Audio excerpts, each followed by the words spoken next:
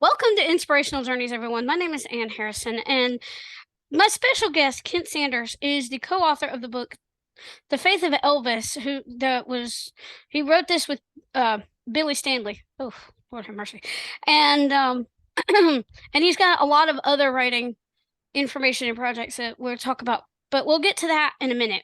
First of all, welcome to the show, Kent. Thanks, Ann. It's great to be here. I appreciate the invitation. And I appreciate you coming onto the show, and I absolutely love the Daily Writer podcast. And Thank if you. and if you guys have not checked that out, if you since most of my folks are writers, you need to check that out because Kent not only does these short little episodes with writing encouragement, but he also talks to experts. And the reason I reached out to Kent was because I heard his conversation with Billy Stanley, and I thought this is going to be an interesting. And then I read the book, so this is going to be an interesting conversation. So why don't you start by introducing yourself and you know. Sure. Well, I am a former music pastor and college professor. That's what I did sort of in my previous lives, vocationally. And then last year, I actually shifted into doing ghostwriting full time. And for those who are not super familiar with ghostwriting, basically it means that somebody comes to me with an idea and I take their stories, their ideas, and their concepts, and I turn that into an awesome book for them. Sometimes that's for a publisher, sometimes they want to self-publish, but anyway, slice it, I basically kind of like a literary midwife. That's the analogy that I like to use. I'm there to help them deliver their ideas to the world, clean them up, I give it back to them so they can present it to the world, and that's their happy baby. So that's kind of what I do for my job most of the day. But then I also reserve part of my time to do my Daily Writer podcast, as you mentioned, Anne. So thanks for the plug. And I Mm-hmm. also lead a membership community for writers called the Daily Writer Club. And that is a membership group where people can come and we help you get clear on your writing goals. We help you build your writing business. We help you form the habits and the mindset to be successful with writing. So basically, I just geek out over writing and books all day. That's pretty much what I do. Oh well. We could talk shop all day then. No, just kidding. But so what inspired you to become a writer? Well, that's a good question. I'd always wanted to be a writer, even from the time I was a kid. And I can remember even in middle school, it seems like 100 years ago, I loved writing and I loved English. And there were other topics that I weren't as enthusiastic about, but I was always kind of an artsy kid who loved writing. And in fact, I can remember back in middle school, my English teacher one time asked me to dedicate my first book to her. Now, I don't know if she somehow saw into the future with a crystal ball or if she told that to all the kids, but it made a really major impact on me. And so for years, I thought about that. And then probably about 10 years ago, I started getting actually serious about writing. It's something I always wanted to do, but I never did anything about it. So I started blogging, I started podcasting. A few years after that, I started doing client work. And I just tried all these different things and made a lot of mistakes, went down a lot of dead ends because I didn't really know what I was doing. But if you keep plugging away, you eventually figure out the path that you're supposed to be on. So that's kind of how all that led to what I'm doing today in a nutshell. I'm curious because I know this happened with me. This is kind of what got me started, but then later in life. Did you ever do any creative writing contests when you were in school? I never did. I keep hearing about writing contests. I've never submitted any books to contests or entered any contests, but maybe it's something I should consider. Well, I've tried a couple of them here lately, but when I was in school, I actually won I don't remember what it was that I wrote, but I actually won a creative writing contest. Cool. That was in fourth Congrats. grade. That's pretty awesome. Well, thank you. So what inspired you to start the Daily Writer Club? Well, really, it came down to a couple of things. One was that I wanted to do a podcast that specifically was focused on writing. Even though I've been doing podcasts for a long time, I never really kind of found my niche with it until one day I was just sitting around and thinking, okay, I want to do a lot more writing. I want to put more books out into the world. And I hear other authors talk about, or other writers talking about how they want to write more books, but why aren't most of us doing that? Why is it that we have these desires and these goals, but we're not actually getting the books done? And just based on some things I was reading and as I looked at my own life, I realized it all really came down to not having a writing habit or a ritual. So I just began to think about rituals and habits and how those really form the basis of your success as a writer, because you can't market a book that doesn't exist. This And is true. there's lots of stuff out there about book marketing and sales and promotion and all these strategies and all these things, which are important, by the way. But if you don't actually have a book to market, then that really puts you at a disadvantage. So I just began to really focus on habits and rituals and routines. And I thought, well, maybe this would be helpful for other people too. So that really led to why I wanted to start a podcast specifically focused on habits and routines and rituals, which of course that is what the Daily Writer is all about. And I know people say write every day, but sometimes that doesn't work. That's not one of those one size fits all um things that because sometimes I know for me it doesn't always work, but at least I've done a lot more now with that Yeah. because I have a to-do list. But and that's why I asked you in the email, what were your thoughts on that write every day advice? Well, I think you should write every day, actually. But I think where people get hung up is they feel like they have to write a lot every day, or they have to write something good every day, or something publishable every day. And I don't really think that's the key. I think you should have some goals that you're working toward. Maybe it's a blog, or maybe it's a book project you're working on, or whatever. But you don't have to write a lot every day. I sometimes think even just writing in a journal for 5 minutes, I love that's that. writing. I mean, that's writing. Like, that's legit writing. You don't have to write Shakespeare every day. Just write something every day, because the way that you get better as a writer is not by taking 2 hours every Saturday to write. It's really by doing a little bit every day. It's just like exercise, in the sense of you're not going to prepare for a marathon by only training once a week. You have to go out and you have to do it several times a week. So I really recommend that people find time to write something every single day if you possibly can, even just for a few minutes. I love that because and that's kind of the mindset. I think that's the mindset of the National Novel Writing Month Challenge, NaNoWriMo. Exactly. And one thing that I found that works for me is even if I'm not in NaNoWriMo, if I track my word count while I'm writing, I get things done. And if I do a to-do list, if it doesn't get written down, it doesn't get done. Yeah. Yeah. And that goes back to, I think the idea that writing is really a very blue collar job. Those of us we feel some kind of a calling to write. Maybe we feel like we were born to create things, or we were born to be an artist or a writer. Sometimes we get really hung up on this idea of I have to produce something great, or I have to produce this life-changing, world-changing kind of work. And we forget that writing, at its core is just a very blue collar job. You don't, if you know anybody who's a plumber doesn't get up in the morning and say, man, I just don't feel inspired to go fix people's pipes today. They just get up and they go do it. Their emotions have literally nothing to do with the fact that they showed up to do their work that day. If I call somebody to fix something in my house, I don't really care what kind of a mood they're in. I just want them to show up and do the work, and then they're Hmm. going to get paid. That's how we have to approach writing. It's really a very blue collar thing. And where we get hung up is this idea that we've got to sit down and got to produce this great work of art. It's going to be polished and awesome. But good writing is created in the revisions and in the editing and in the rewriting. It's not typically created in the first draft. So if you can get comfortable with the idea of sitting down every day, and you're going to write something that's probably not that great, then it really takes the pressure off of you. And it really does work. Just write garbage the first draft. That's what a first draft is supposed to be. Then you can work on it and change it and edit it.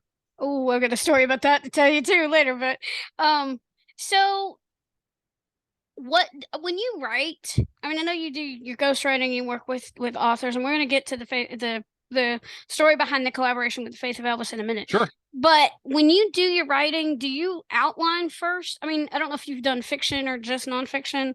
So do you outline, or do you just sit down and start, or are you a pantser? No, I'm not a pantser. I don't, and I'm sure for some people, pantsing can work well. But I think when you pants things and when you just dive in without some kind of a plan, I think you end up wasting a lot of time.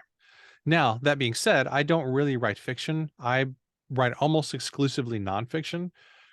And fiction is a different beast than nonfiction is, and I totally understand that. Some people write fiction, they just like exploratory fiction. They sit down and they just kind of let the ideas come, and that's totally great.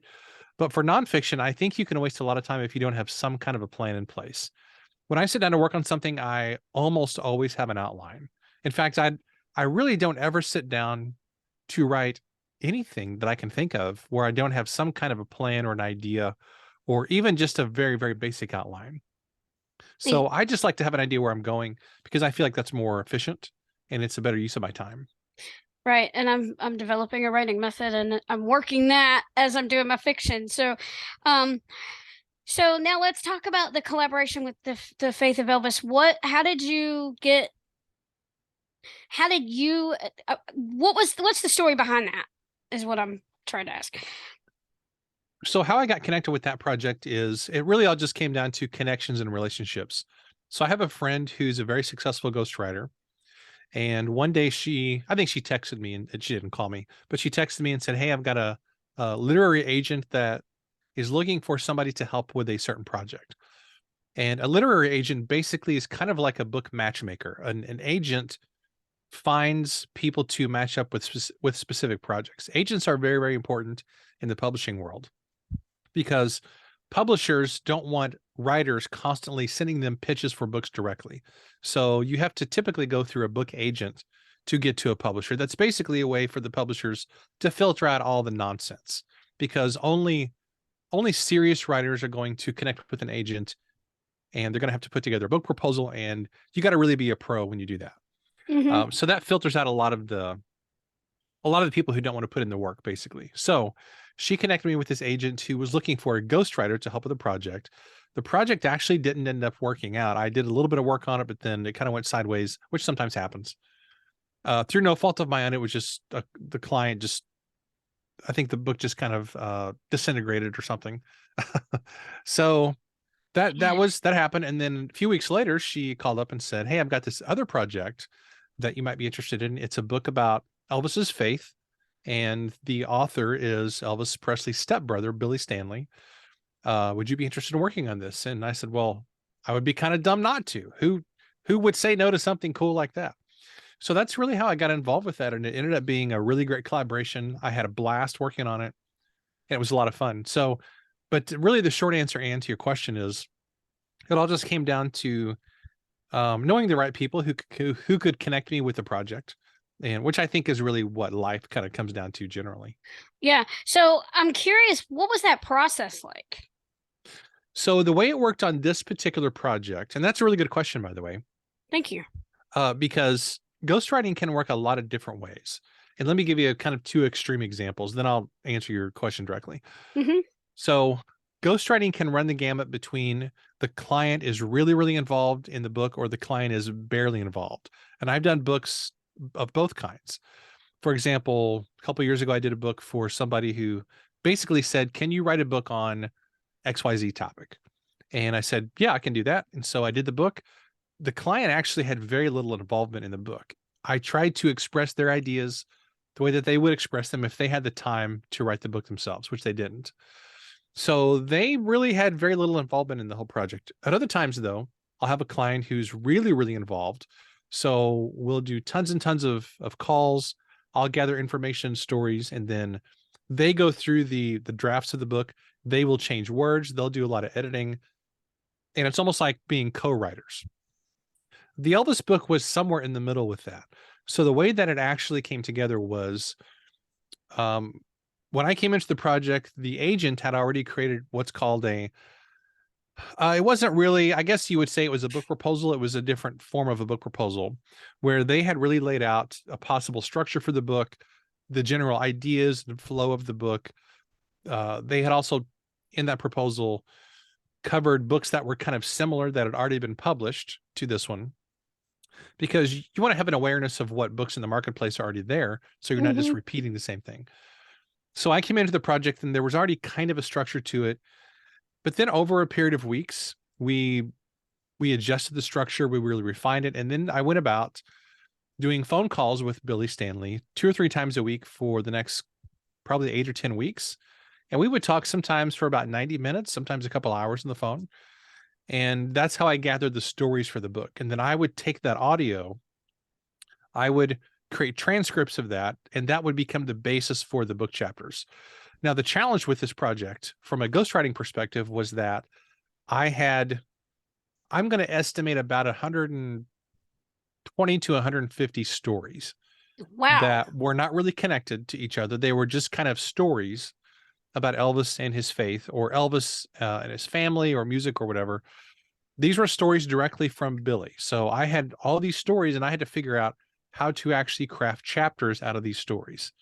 So as I sorted through all this content, probably 70 or 80,000 words of content at least, I would sort these into piles that would later become chapters, and I would figure out how to connect the stories and how the chapters connected to each other. And eventually, when you do that enough, you end up with a coherent book. But it Hmm. takes a lot of work and effort to do that. But really, to answer your question, and the way that generally we worked with this book is we would just do phone calls. I would record the calls. I would have those conversations transcripted, and that became the basis then for the rest of the book. And there was a lot of rewriting and fine tuning, Oh but yeah. generally that's how it came about. Yeah, I've done a couple of ghostwriting jobs in a few years ago. Some worked out, some didn't, and Yeah, and but that's anyway, normal. yeah. And I had an outline and some insight to follow with a couple of them, but um, so I kind of understand a little bit about where you're coming from. Every project's different, but It is. I want to give you my takeaways from the book. I read the thing in 2 days, and I Wow. found it through, yeah, I found it through this thing for the visually impaired, this library site called Bookshare. I was able to Nice. download it. Let me show you what I used. This little e-reader slash braille display that the Cool. National Library Service um they've done like in different states they give them to patrons. So I ended up downloading the book and I read it. I started it on a Friday night and I read it in 2 days and I finished it that Sunday. And I listened to Elvis's gospel music while I was reading it because it just set that Wow. tone. And oh my gosh, and I absolutely love the rendition of Where No One Stands Alone, that the way I don't know how it was done, but it was featuring Lisa Marie Presley. I Oh, wonder how cool. she remastered. Yeah, that's awesome. Anyway, Wow. so there were a couple I love the different stories about the movies and stuff, but there were certain things that really, and I went into my Bible and looked up the scriptures as I was reading it from the book because Hmm. I use the King James and that, I wanted to see compare the two different versions. But the thing I liked, there were two different bits of encouragement that were in there about, don't give up on your dream, the dream or the calling that God has placed on your life. And I liked how Elvis told Billy, if somebody tells you you can't follow your dream or you can't do what God has called you to do, it's because they gave up on theirs. Wow. That's powerful. That's the one. And then don't worry about failing. Because if you follow your dream and it doesn't come out the way you want it to, just know you've done your best. I'm Hmm. paraphrasing here, and I do apologize for that, but I don't have it right in front of me.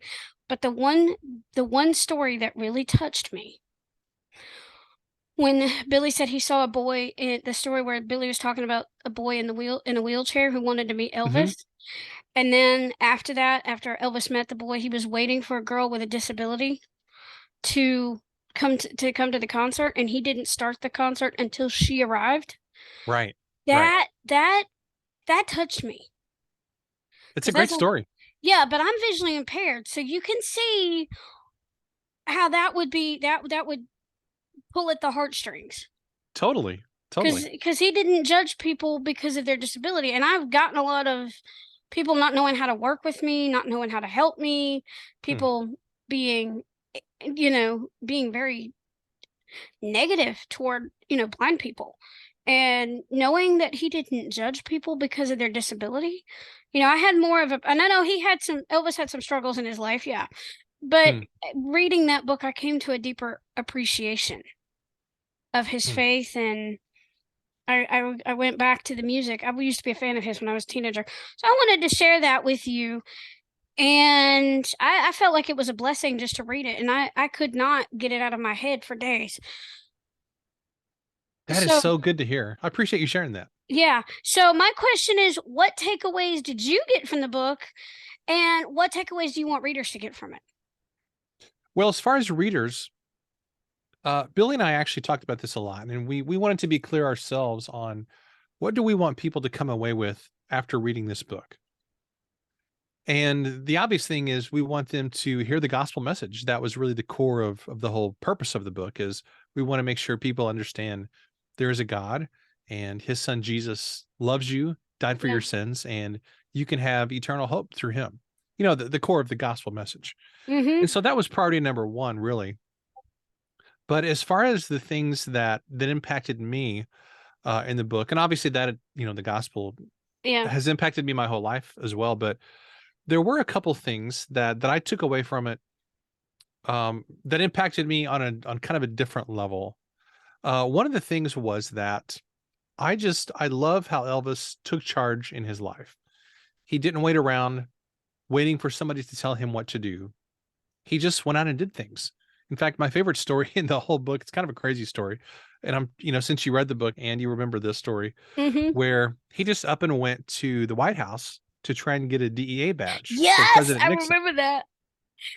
I love that story, and it's crazy, and nobody today would ever attempt to do anything like that because of security. But Yeah. it's just such a crazy story that Elvis just decided he was going to do this, and nobody was going to stop him, and he just kind of went and did it.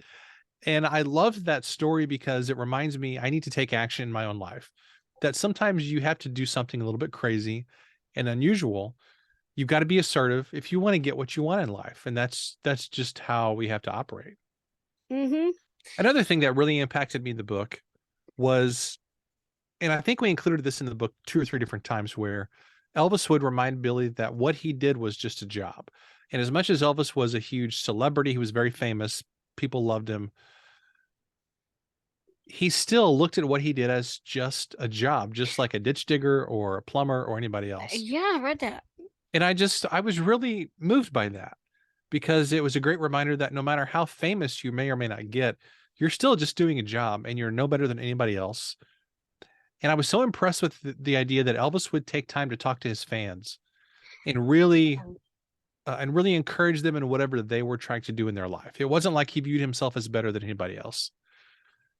And that those two things really impacted me. There were a lot of other things as well, but those are two that come to mind immediately. And I have this feeling that if he were alive today, he would tell us that we, as writers, we have our place in the world too. Mm-hmm. I just had that feeling because, Totally. and now I'm drawn to the gospel music so much now after reading that. Sometimes I'll listen to that while I'm reading another book. Yeah, absolutely. Absolutely. Um, so where can people find you online? That's So they can find me online two different places. They can go to my website, which is kentsanders.net. I'm actually in the process of redoing that whole site. So if they go there while we're recording this, it's still kind of the old site, but I'm redoing all that stuff as we speak. But they can also go to dailywriterlife.com. That is my site for writers specifically. So as I mentioned earlier, I do a daily podcast called The Daily Writer. And I also run a membership community for writers that's called the Daily Writer Club. And there's info about those things on that site. But if you go there on the site, the very first thing you'll see is a little link for what I'm calling a free daily writer starter kit. And it's I got that. basically 7 free ebooks where people can go and they can download those completely free. And they can also get on my email list where literally I'll just send these to you for free over email. And then every day you get some encouragement and inspiration in your inbox. And I took advantage of that too when at the Kingdom Writers Conference Fantastic. when you did that when was it just Shelley or was it CJ and Shelley who I think it was both. Okay, yeah, I think so too. I'd have to go back and look. I've got the all access pass so I can go back and check that out. But yeah, and so I'd encourage you to take advantage of the Daily Writer Starter Kit because there is some, even if you are a veteran writer, there are some tips for you and prompts and things for you Totally. that you can use as well. So what is and this I got this idea from another podcast. If you had a call to action, it could be a challenge, a resource. If you wanted, for the viewers and listeners today, if there's a takeaway that you want to leave us with, what would that be? It would be just start writing. you're if you feel stuck with writing and it's something that you want to do, you're probably overcomplicating the process hugely. If you have an idea for a book, just sit down and outline the book, figure out the main things you want to say, and then just start writing a draft of it. My idea for writing a book is that once you figure out what you want to do in the book, then just start writing a draft and get through it as fast as you can.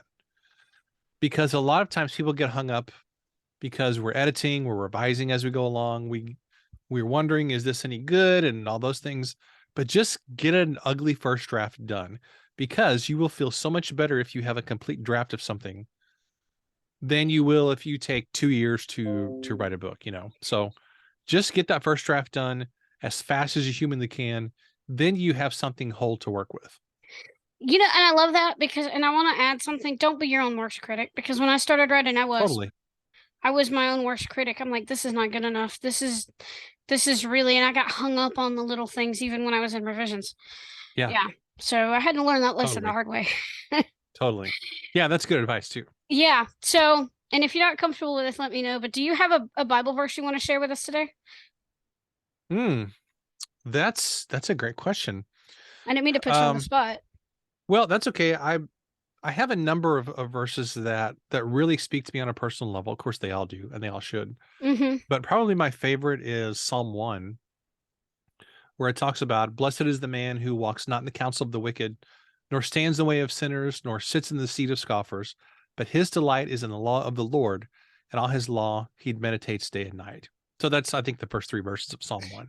Wow. I love it. I love it. It's really beautiful. I love the Psalms anyway, because Yeah, they're amazing. They're so true to life. And I mean, I like to read other places in the Bible, which I have a funny thing about that too. I was looking at one of the Bible verses in while I was reading the Faith of Elvis, and I'm like, okay, I read what was in the book, then I turned around, and it was funny because I went back to my Bible, my electronic Bible files, and I searched for that particular verse, and I don't remember which one it was. But then I saw the ones about where faith without works is dead. And then I read that verse, and I'm like, wait a minute, that's not right. This is what. Then I had to go back and research again. I'm like, oops, I was in the wrong place. God led me to a different place. Have you ever had that happen? Sure, I think we've all had that happen before. I think it's funny now. I think it's absolutely funny now. All right, so would you like to close us out in prayer? Or Sure, I'd be happy to. Lord, I thank you for this opportunity that we've had to have this conversation about the faith of Elvis and writing and the creative life in general. And Lord, I ask for your blessings on Anne as she produces this show and has more guests. And I pray that you would continue to expand her platform and bless her in some amazing ways, as well as everybody who's listening.